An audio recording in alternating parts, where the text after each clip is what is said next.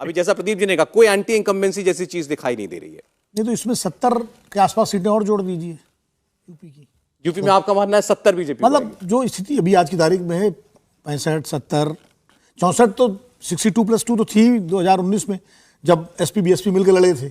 इस बार तो अभी तस्वीर ही साफ नहीं है कि अखिलेश यादव और कांग्रेस के बीच क्या अरेंजमेंट होगा, भले इंडिया में एक साथ हों, या मायावती उसका पार्ट होंगी कि नहीं होंगी, या मायावती अलग खिचड़ी पकाएंगी, वो अलग ही लड़ेंगी जैसा कि उन्होंने अभी तक अनाउंस किया है। तो अभी बहुत स्थिति विपक्ष की स्पष्ट नहीं है, बीजेपी स्पष्ट है। बीजेपी सबसे मजबूत पार्टी है उत्तर प्रदेश में। और अभी हमारे दर्शकों में किसी ने कहा बुलडोजर बाबा योगी आदित्यनाथ का भी जिक्र किया, जाहिर है उनकी छवि भी, योगी जी की छवि अपने आप में, क्योंकि बीजेपी में मोदी जी के बाद अगर कोई मास लीडर है आज की तारीख में तो योगी आदित्यनाथ हैं। तो योगी जी और मोदी जी का कंबाइंड जादू उत्तर प्रदेश में, संगठन मजबूत है, राम मंदिर बन के आएगा उस समय, उसका एक असर पड़ेगा अलग, हिंदुत्व भी है, जातियों का समीकरण भी बीजेपी के पक्ष में है आज की तारीख में। तो बचा क्या चुनाव जीतने के लिए भाई, वो ऐसी चीज। योगी जी का नाम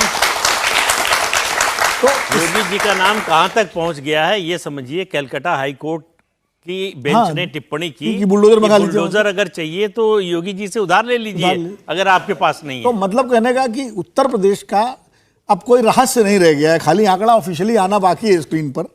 तो मुझे लगता है फिर भी मेरा काम थोड़ा कौतूहल बनाने का है। यहाँ पर काम कौतूहल ठीक है, लेकिन आपको लगता है 70 से कम बीजेपी को नहीं आएगी आज उसके आसपास, 70 उसके आसपास मुझे लगता है। आज की तारीख में जो है चुनाव होंगे तो आसपास ही रहना चाहिए। अभी भाई जयंत चौधरी का भी क्या है, मतलब जो अलायंस उत्तर प्रदेश में मजबूती से बन के बीजेपी के खिलाफ होना चाहिए वो तो कोई दिख नहीं रहा है। कांग्रेस की कोई वहां ताकत नहीं बची। इन्होंने, भावेश ने मान के सर्वे किया है कि जयंत चौधरी, कांग्रेस पार्टी और अखिलेश यादव, ये तीन तो कम से कम एक हैं। किया होगा लेकिन जमीन पर नहीं दिखाई पड़ रहा ना अभी तक। होना वो तो ठीक है, उन्होंने अपने हिसाब से सर्वे करने में आपको एक पोजीशन बनाना ही पड़ती है, तो उन्होंने उस हिसाब से सवाल भी पूछे होंगे। लेकिन जो वस्तुस्थिति हम लोग जो देख रहे हैं, तो आज की तारीख में भारतीय जनता पार्टी को उत्तर प्रदेश में, अच्छा फिर राजभर भी आ गए उनके साथ, तो राजभर का भी अपना एक वोट है।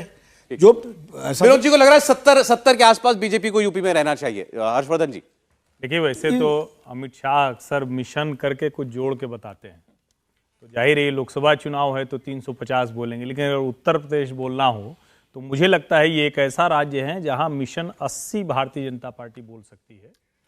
रायबरेली और मैनपुरी वो भी खतरे में है, और भारतीय जनता पार्टी 71+2 73 2014 में जीती थी। 2019 में सपा बसपा गठजोड़ के बावजूद 62+2 64 जीती थी। मुझे लगता है कि इस बार 72+8 यानी 72 भाजपा की अपनी और 8 उसके सहयोगी, 80 सीटों पर भारतीय जनता पार्टी जीतने के लिए लड़ रही है। शायद कुछ सीटें दाएं बाएं चली जाएं, इसके अलावा मुझे बहुत कुछ होता हुआ दिख नहीं रहा है। आपको भी मतलब कोई संशय है तो बस रायबरेली को और मैनपुरी को निश्चित तौर पर आप कह सकते हैं। अमेठी भी आप मान रहे हैं कि अमेठी भी मान रहे हैं, जाहिर है 75 से 80 के बीच में आप मान लीजिए। मुझे लगता है कि मैनपुरी जरूर खतरे में है। रायबरेली भी अगर अलायंस नहीं होता है, सपा बसपा दोनों सपोर्ट नहीं करते हैं कांग्रेस को, और सोनिया गांधी वहां से नहीं लड़ती हैं, मतलब कई कंडीशंस हैं, तो रायबरेली भी खतरे में है। लेकिन मुझे लगता है कि जो 2014 में बीजेपी की टैली थी उसमें इम्प्रूवमेंट होगा।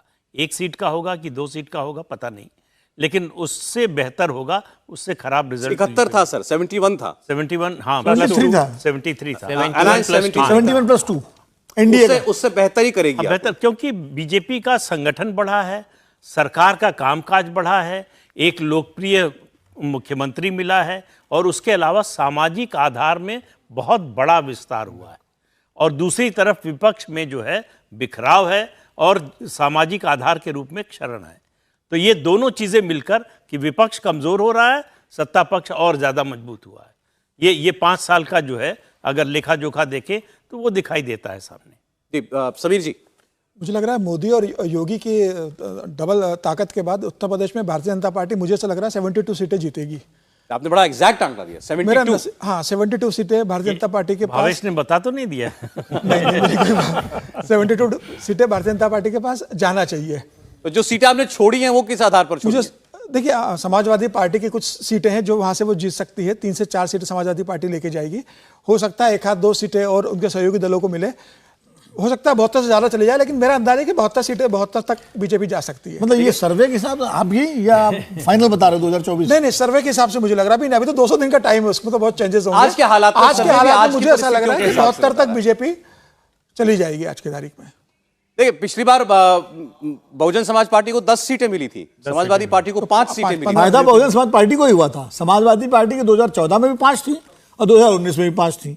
कांग्रेस की एक घट गई, उन 5 सालों में तो अमेठी हार गए, राहुल गांधी कमजोर हो चुकी है। अब तो 2 की 1 रह गई थी। सॉरी, बसपा बहुत ज्यादा कमजोर हो चुकी है इन 5 सालों के अंदर। तो मुझे लग रहा है कि वो वोट भी शायद कुछ अखिलेश पे और बाकी भारतीय जनता पार्टी के पास शिफ्ट होगा। तो 72 सीटें मैं मान के चल रहा हूं मेरे हिसाब से। समीर जी, उसमें एक पेंच है। बसपा जो कमजोर हुई है वो उस इलाके में कमजोर हुई है जिसके सांसद जीत के आए थे, वहां समाजवादी पार्टी का आधार नहीं है। पश्चिमी उत्तर प्रदेश में भाई बिजनौर, आपका सहारनपुर, ये जो सीटें थी, इसलिए कि बसपा को मुस्लिम वोट मिलने मिला रहे था। थे, उस बार अलायंस तो के कारण मिल गया। इसलिए समाजवादी पार्टी वो सीटें जीत पाएगी। फिर वहां अगर बसपा कमजोर होती है तो वहां बीजेपी के लिए स्थिति और अनुकूल हो जाती है। इंडिया टीवी हर वक्त हर जगह डाउनलोड करने के लिए सर्च करें India TV news Google play store या ऐप स्टोर पर।